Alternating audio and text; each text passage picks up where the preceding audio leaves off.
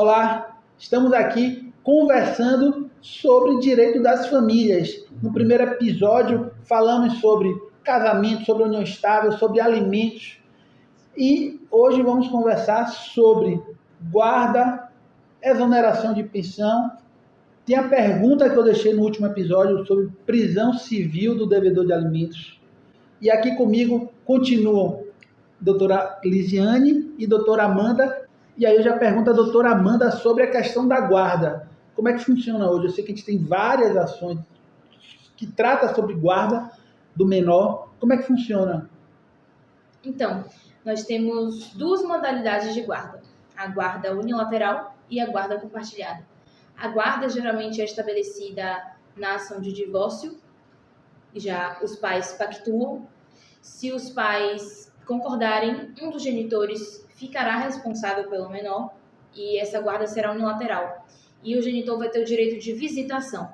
Esse pai que vai ficar responsável pela criança vai ser responsável pela criação, pela educação, pelo poder familiar, punitivo, de repente, em termos de dar direcionamento. E a modalidade da guarda compartilhada é a regra, é a que é justamente escolhida quando os pais não têm consenso sobre quem vai ficar com o menor, ou sobre quando ambos querem ficar com o menor e não é possível justamente porque eles param de compartilhar o lar. Então, essa guarda compartilhada pode ser pactuada em semanas, passa 15 dias com um, passa 15 dias com outro, ou passa a semana com um e o fim de semana com outro. E na guarda compartilhada também há a divisão dos gastos. Eles decidem como vai ser as despesas. Quem vai pagar a escola, quem vai pagar a faculdade de repente, ou plano de saúde, quem vai levar para passear. Tudo isso é acertado e sempre visando o melhor interesse da criança ou adolescente e a dignidade, manter essa questão da convivência familiar de uma forma equilibrada. E eu converso muito com associados aqui que entram ou que respondem a alguma ação de guarda. E eu sempre procuro mostrar que o que tem que ser levado em consideração é sempre o interesse da criança. Sim. De ter a convivência do pai e da mãe, claro. Sim. Certo? Então é isso que a gente procura aqui desde o início, inclusive eu sempre proponho que seja feito acordo, que não deixe o juiz decidir o destino do seu filho, entendeu? Então você pode já entabular um acordo e a partir desse acordo tratar sobre a guarda, o que hoje de fato é a compartilhada em que os dois são responsáveis. Isso. Pelo poder familiar, pela educação, pela criação, pela convivência. Então é super interessante. No último episódio a gente conversou sobre alimentos e eu deixei uma pergunta, e aí eu já trago agora para a doutora Lisiane. Prisão civil do devedor de alimentos, é possível?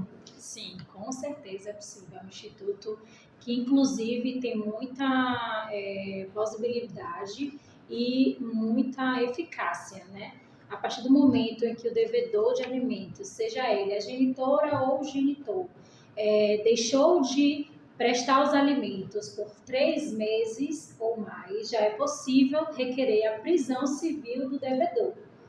Então, é importante que não se deixe de prestar os alimentos de forma alguma, porque isso pode acontecer com aquele que está devendo os alimentos.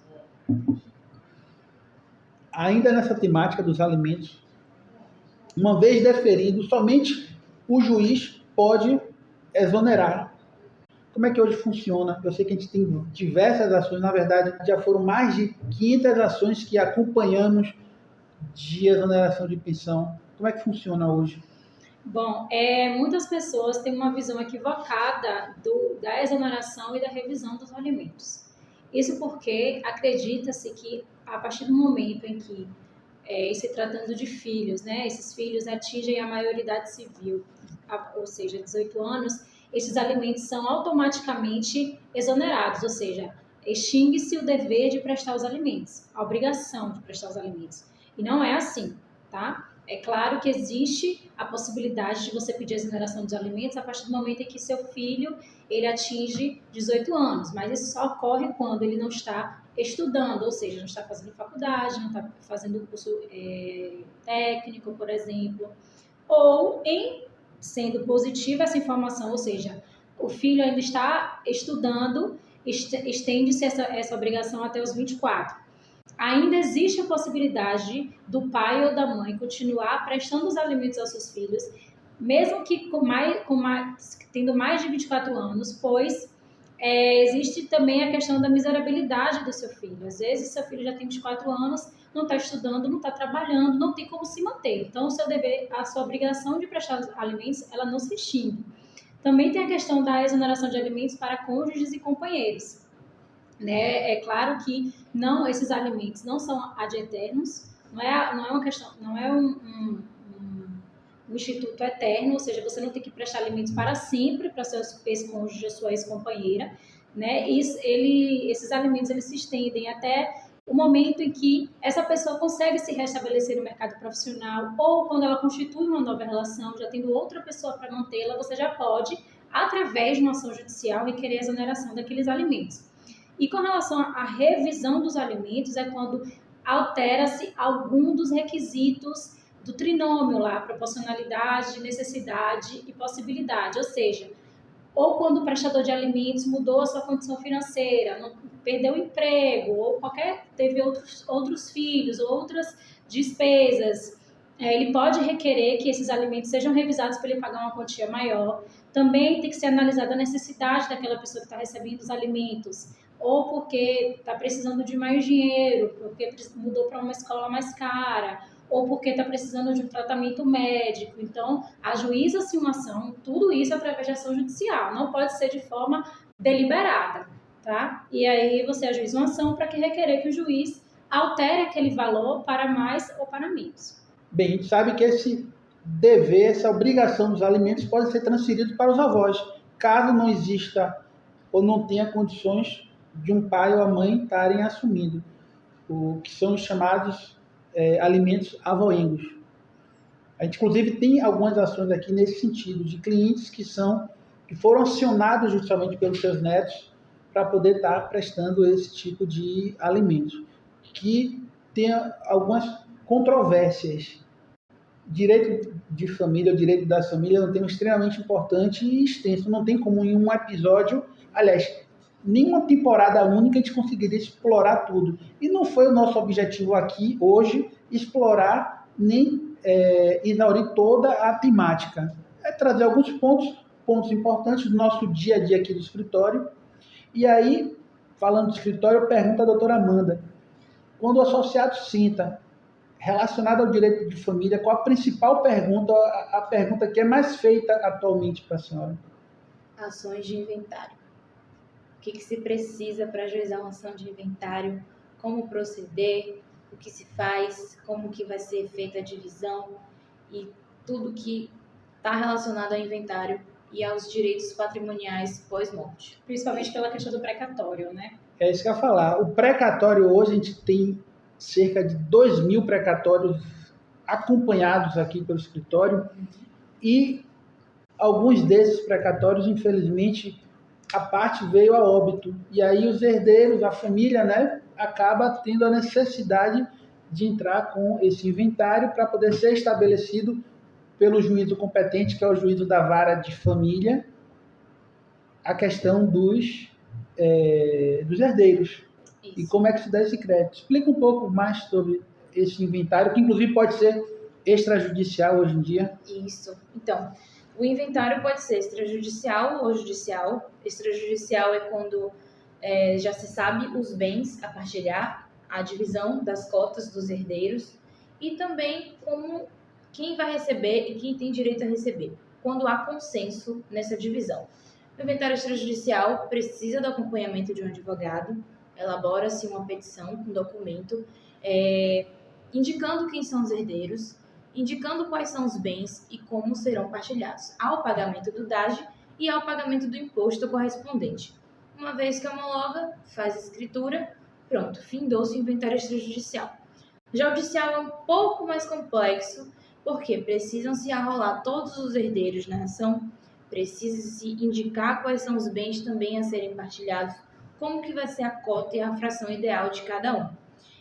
As pessoas, para receber a quantia em saldo bancário ou quantia de precatório ou dividir os bens, precisam ser os herdeiros necessários, que estão elencados no Código Civil, que são os ascendentes, descendentes, cônjuges, companheiros ou colaterais. Colaterais são os irmãos, de repente na ausência de filho ou na ausência dos pais, alguém que se torne responsável e que tenha parentesco de linha direta ou linha colateral, no caso dos irmãos do falecido. Então, essa pessoa vai se habilitar na ação, o juiz vai verificar todos os requisitos, vai verificar os bens, se há ou não impostos a pagar, e vai se verificar quais são os saldos e como que será feita a divisão, de uma forma bem simples, não demora. E o direito das famílias, ele é tão interligado que a gente consegue trazer um assunto lá do episódio anterior acerca da influência do regime de bens no inventário. Doutora, o que isso significa? Significa que o regime de bens que você optou quando do casamento ou quando da união estável influencia diretamente quando do inventário. Isso porque, se o regime de bens escolhido pelo casal foi o regime de comunhão parcial de bens, tudo aquilo que eles constituíram durante a relação, o cônjuge ou o companheiro sobrevivente, ele é meeiro. E ele só vai herdar os bens particulares, ou seja, tudo aquilo que o companheiro adquiriu antes da relação. Já com relação ao regime de bens de comunhão universal, o cônjuge sobrevivente ou companheiro, ele só é meeiro, ele não é herdeiro, ou seja, aquilo que foi partilhado, o que sobrou, entre aspas, não vai ser, o sobrevivente não vai herdar, porque ele já foi feita a meação. E com relação ao regime de bens de separação total, o cônjuge ou a companheira sobrevivente, ou seja, aquele que está vivo, ele vai herdar o que foi deixado pelo companheiro que faleceu, ou o cônjuge. Né? Então, essa ligação ela é complexa, é um pouco complexo de se entender, mas é para demonstrar quanto o direito das famílias ele é interligado. A gente consegue, do nascimento até a morte, a gente consegue falar sobre esse tema. Inclusive, sim, a separação obrigatória aplica-se nas pessoas que têm 70 anos de idade para cima, obrigatoriamente. Obrigatoriamente, exatamente. O Código Civil, né, ele determina que quando a pessoa tem 70 anos ou mais, ela vai constituir união estável, ela vai se casar, obrigatoriamente o regime de bens tem que ser de separação total. Isso para que se evite qualquer tipo de interesse patrimonial. Às vezes a pessoa está se casando ou constituindo união estável simplesmente para ter direito ao patrimônio. Sobre inventário, essa semana eu fui procurado pela viúva de um ex-policial, militar que faleceu. E a dúvida dela era se ela seria obrigada a pagar os empréstimos bancários que estavam no contra-cheque dele. E aí eu respondi a ela dizendo que não, ela não é obrigada a pagar, certo? A pensão que ela vai passar a receber não vai vir já descontada, os empréstimos.